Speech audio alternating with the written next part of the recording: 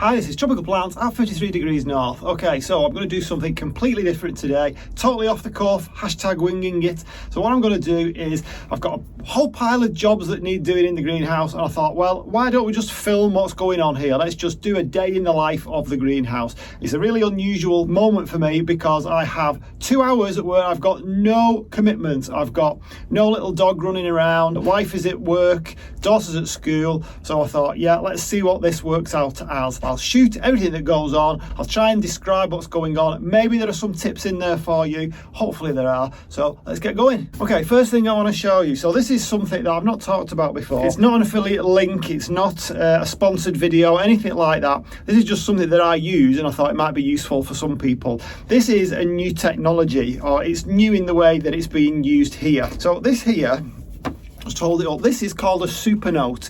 So if you are a list taker or a writer, if you like to make plans, then this is perfect for that. I only came across these a few months ago really. I've been using like e-readers for years, but this is like the next step in it. This has certain advantages for me anyway. So this is, it's an e-writer, electronic ink writer. And at the top there, I don't know if you can see that, this is my filing system.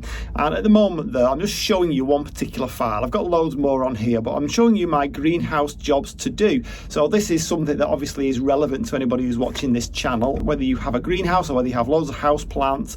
And if you want to organise them in a particular way, so I'll just click on that. And what I've done here, there's loads of templates and that. You can make your own templates even.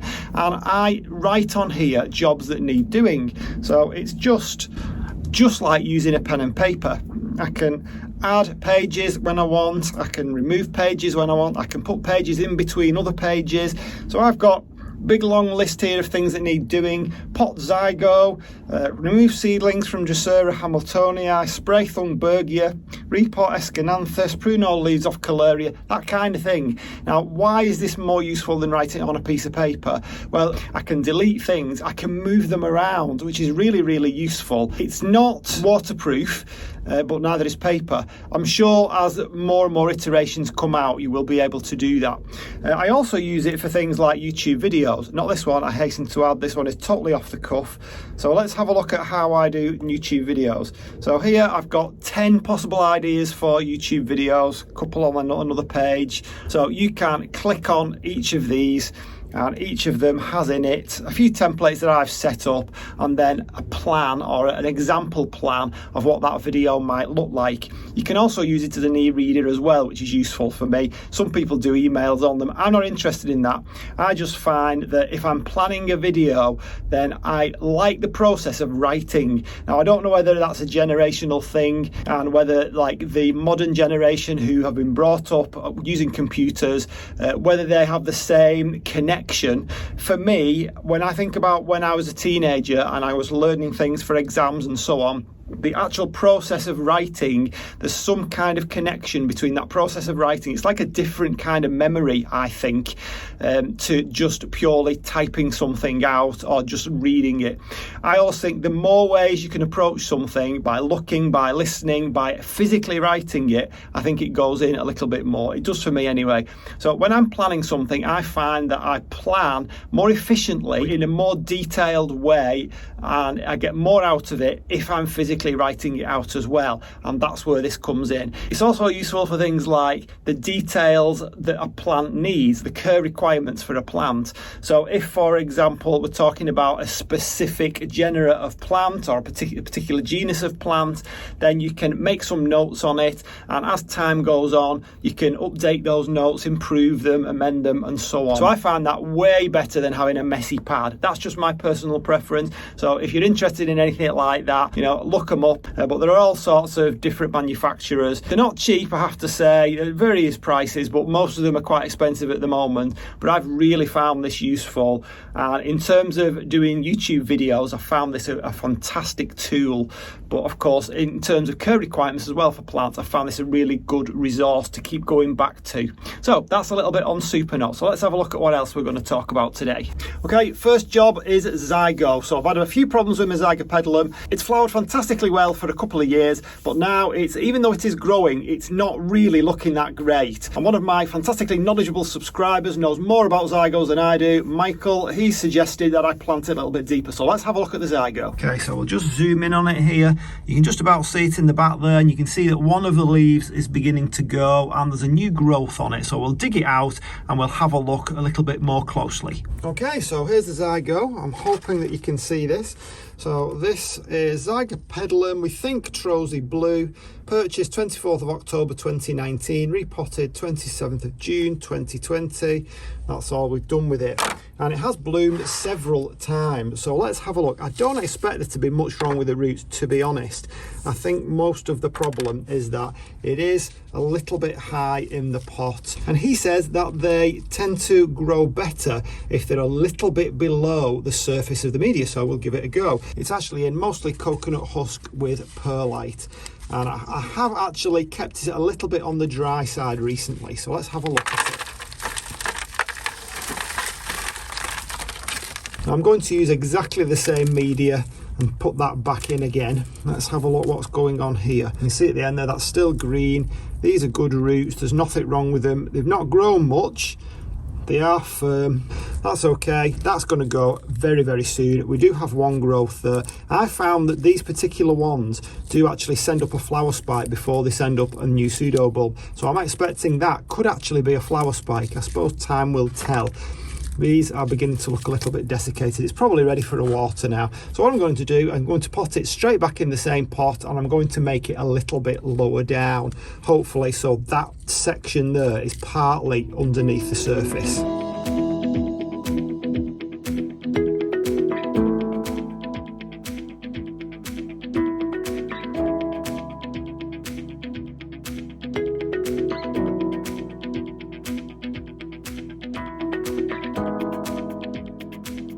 Okay, so is that deep enough? I've not really put it that much deeper, have I? It's a little bit deeper, a little bit more sturdy. We'll try that, we'll see how that goes. I can always do it again if I find that it's not really working. So I did have somewhere a little, where's it gone? Bit of wire. I'm sure I've got a bit of wire somewhere. This'll do. I'm really messy in the greenhouse, which is strange because in my real life day-to-day workings in the house, I'm really quite tidy. But for some reason, I think plants prefer a little bit of mess, don't they? I'm not going to count that as being repotted because it's only been dropped down a little bit. We'll give it a little water. I'll put it back in its place, give it a little water, and we'll see how that goes.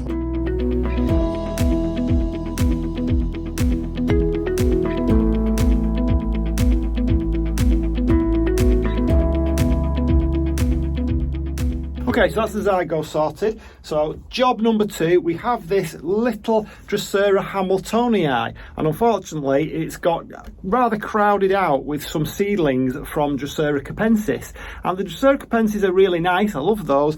You can get, let's just grab this kind of thing going on, and it's the same thing, and they do look really nice. I might try and save them, but it's really difficult with Drosera. They're such delicate, gentle little plants, even though they have this carnivorous characteristic to them. But what I don't want is that pot to be completely overtaken. So if I do lose the Drosera capensis, that's just a sacrifice I'll have to make. I really want the hamiltonii, that's what I bought. So let's have a look, see if we can save some of the hamiltonii and save some of the Drosera capensis in the bargain. And while I'm at it, I have got a little pot of moss here. It wasn't a pot of moss, it was actually a Drosera regia, a king sundew. And if anybody did see me actually plant those up, I sowed them as seedlings and lots of them came up, but I actually did it in some unwashed coir. Now whether that was responsible for the eventual demise, I don't know. I was left with one at the end, and unfortunately that also died. So that's hence why I've got this pot of moss. There was a Drosera regia in there. Such a shame because it's a lovely plant, and I really want one of those. I suppose I'm going to have another go at it. Right, over to the workbench. Okay, so what we're going to do with this. So this is Drosera hamiltonii, grows beautifully alongside cephalotus, and this is one that can be found growing alongside cephalotus. Bought it 21st of January 2021, so I've had it almost a year, and it's doing all right. I mean, there's a little seedling down there of Drosera hamiltonii, but I've got all these Drosera capensis to get out. So I think I can do that without disturbing the hamiltonii, but whether I can actually save the Drosera capensis, I don't know.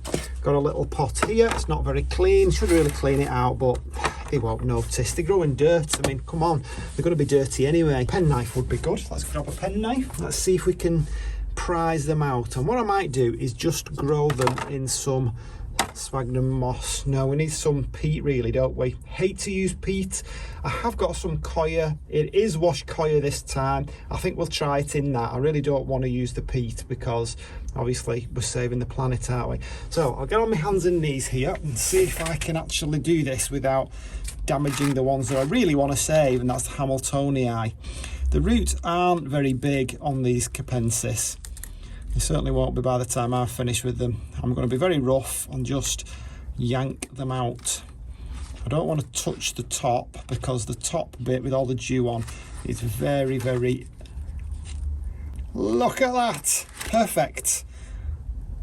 Can you see that? I don't know if you can see that because I can't see through my lens. There you go. It has got quite a big taproot actually. I'm surprised at that. I expected it to be a little more fibrous. I have done this before, it's just that long since I did it. I forgot. The ones that I did previously, they didn't survive. So whether these will survive, I don't know. Probably better to do them in springtime. But I could do with cutting those little bits of moss off there are getting on my nerves. Let's just grab my snippers.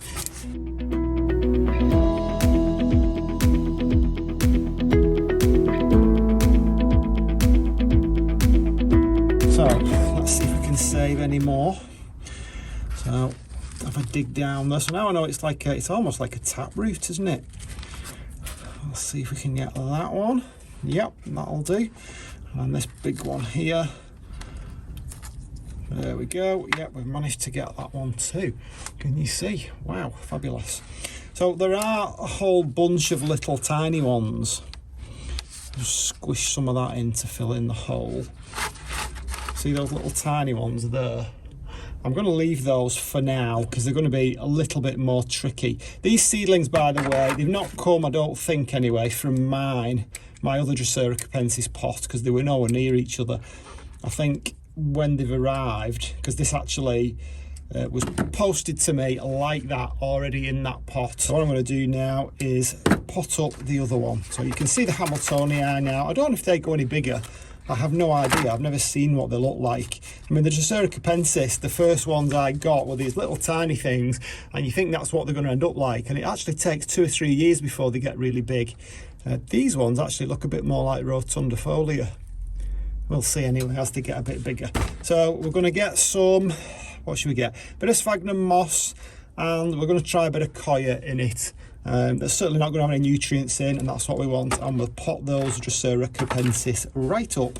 Okay, because these need to be wet, I'm going to put some moss in the bottom. I'm going to get myself a little bit of coir.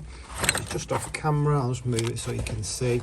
I'm going to kind of mix it up a little bit, and that's the mix that I'm going to use. Never tried it before, but I mean, these are expendable out there because they were freeloaders anyway. So let's see what happens. Love to experiment with these things, see what goes on. They really just don't want to be in anything that has any nutrition in it. That's what they used to. So they just kind of ruined it because I've dropped it all over the sticky, what do you call them? Not traps, are they? So you basically, I'm just going to like squish them down. I don't really think, you can't really plant them. You can't make a hole. So let's grab. Well, that one is a bit bigger. See, I've got, give it a shake, let's get rid of all this stuff. Completely ruined that one. It's now busily eating some perlite. So that one I can make a hole because that one's got quite a big taproot on it almost. Whether it'll get a bit bigger than that. I don't even know if you can see this. Can you see that? I mean, obviously you can't tell me, can you? See if we can squish that down a bit. I mean, God, it's like trying to plant sand. It's just so awkward. This is why you grow them from seedlings. They're so easy to grow from seeds anyway. As you can see, they just self-seed anyway. I just can't. It's this one because it's got this taproot on it. I wonder if I can try it the other way. It's kind of like reverse planting this, isn't it? You plant it like 3/4 of the way, and then because I can't get it any further down, I just add some media to kind of lift the level. Okay, over time, with a bit of luck, that will be look at that one now, that one's covered. I might have to cut that off at some point. We'll leave it for now. This is the trials and tribulations of potting these things. As you can see, I'm very dab-handed, cack-handed, probably a better word for it, doing these things. I don't really pay a great deal of attention. I think plants in nature are pretty tough, they want to survive. So that is going to go in the same place that I got it from that you saw previously, and I will actually need to add some RO water to that because it has dried out now. Okay, so this is RO water. So what happens here, it goes into this one. This also acts as a reservoir for the Venus flytrap pot over there, so it'll move its way along. And as I'm doing that, you can see we've also got the nepenthes over there. I think it acts as a reservoir for that one. It does normally in summer, but not in winter, so I'm going to have to top that one up as well. And then our newly transplanted little Drosera capensis seedlings there, that should get wet and moist. And then our Drosera hamiltonii over there hopefully will recover. I am at the moment still using these capillary mats. It's good for these kind of plants because it does keep it moister for longer. All right, moister, is that a word? More moist for longer.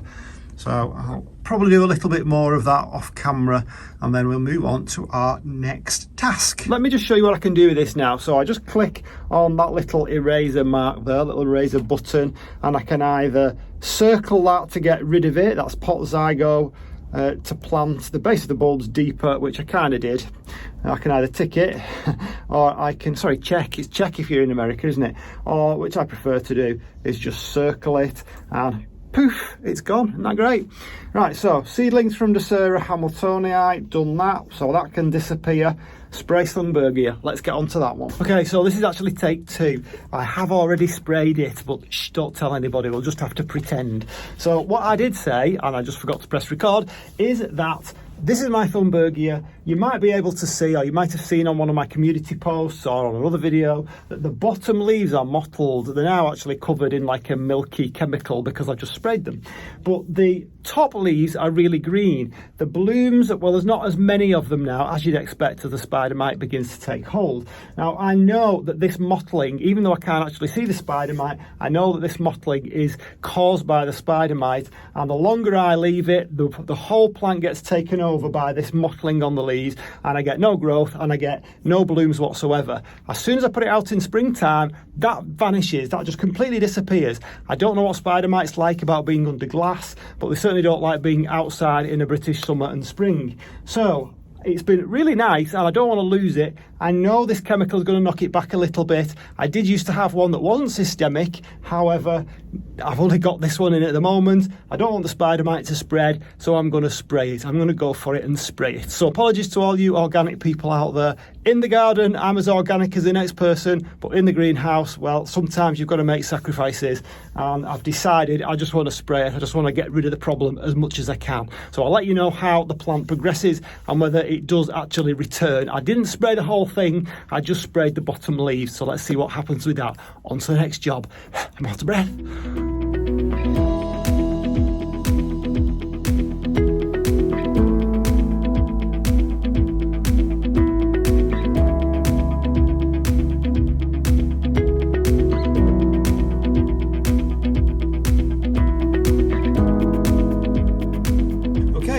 For the Aeschynanthus to be repotted.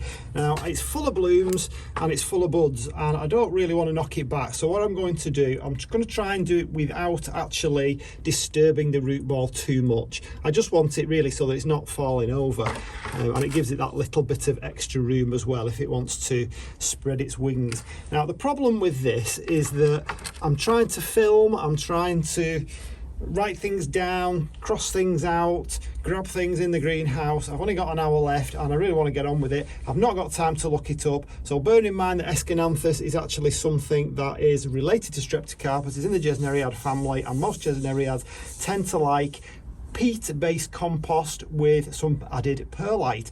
So as we're not using peat, I'm going to try coir again. Why not? It can only start to die, can't it? And if it does, then I'll transplant it. So I've got a pot only slightly bigger.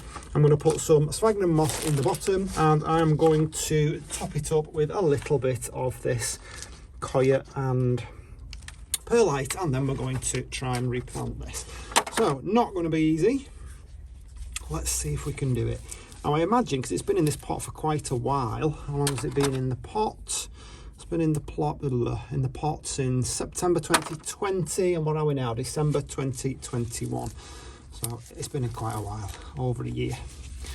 Let's see if we can get it out without destroying it. There are no roots at the bottom, like poking through. So there, you can see what's going on there. It's not actually filling the whole pot. It really doesn't need a repot in as much as it's not pot bound, it's not root bound, it's just really for stability. So I'm only going to give it a tiny little bit more. I always end up like this. Is it? They tell you don't overpot it, don't pot it into too big a pot, but it's not easy to do because when you've only got a little tiny bit to play with. See, like I've got a tiny little bit of sphagnum moss in there and it's still slightly too high. I think I'll probably get away with it though.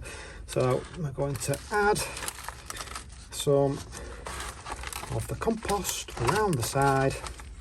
I mean, it's not rocket science, is it? But you can see where we're coming from with this, just in case that's something you've never done before.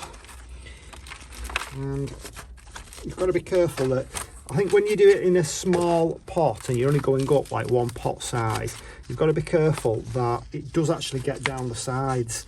So you've got to like shove your fingers down the sides, which is not good if you want to try and keep your nails clean. Keep giving it a tap as well is another little tip. Again, not an earth-shatteringly new tip, but I just thought you might want to see what's going on. So there we go, I think that'll do. So I need to write on there now that it's been repotted. I'll give it a little water. It doesn't want to be watered too much. Put it back over there, and that's another job done and something else to tick off my list.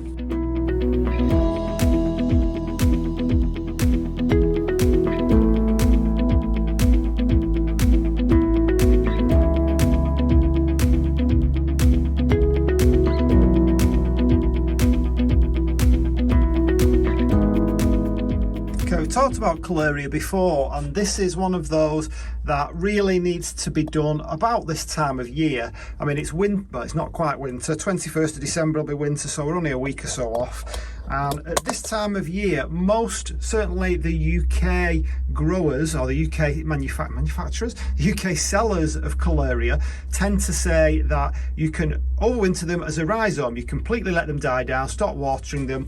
I don't know if you can see these funny little rhizome things. Can you see, look like little caterpillars? They kind of creep out of the compost there, the media. They go and shoot off along to one side and start a new plant. So you could actually repot that one up separately. It only happens when you've had it for a while. That most of them, you can see some of my older ones, that's one of my older ones, some of my younger ones haven't started to do that yet, but you can keep them going all year round. So what I need to do now is another one over here. What I need to do is cut some of the older leaves off and just keep the younger, stronger, darker leaves. So that's what I'm going to do now. That one over there, I'm going to leave that one just now. That one does seem to be dying down on its own. So it will, at these temperatures, and as long as I keep watering it, it will pop back up again.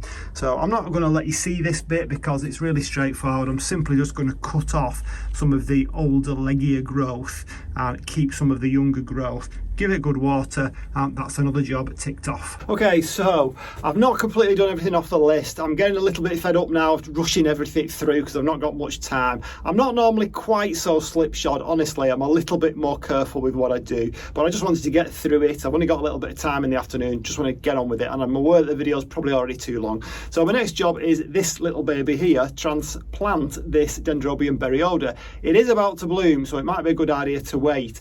Leaves looking absolutely terrible vulnerable, and I'm thinking, having done a little bit of research, that it's probably just not getting enough earth to the roots. It's really, really compact in there, so that needs to be dealt with. That's another job. So let me know what you think of this kind of style of video. It's a complete experiment, no idea if it'll work. It's another vlog style video. It's quite a fast-paced one, so let's see what happens. Put it in the comments, please. Tell me what you think. Tell me if you like different styles, or if you like mix up of them, or if there's one particular style you like. Knowing my luck, I'll probably get people who say one of each of the different things that I try, and then I don't know which one to go for. But I love to hear from people anyway, so let me know what you think in the comments. Give it a thumbs up if at least you appreciate the fact that I'm trying to do something different, and I'll see you on the next one. Bye. Phew.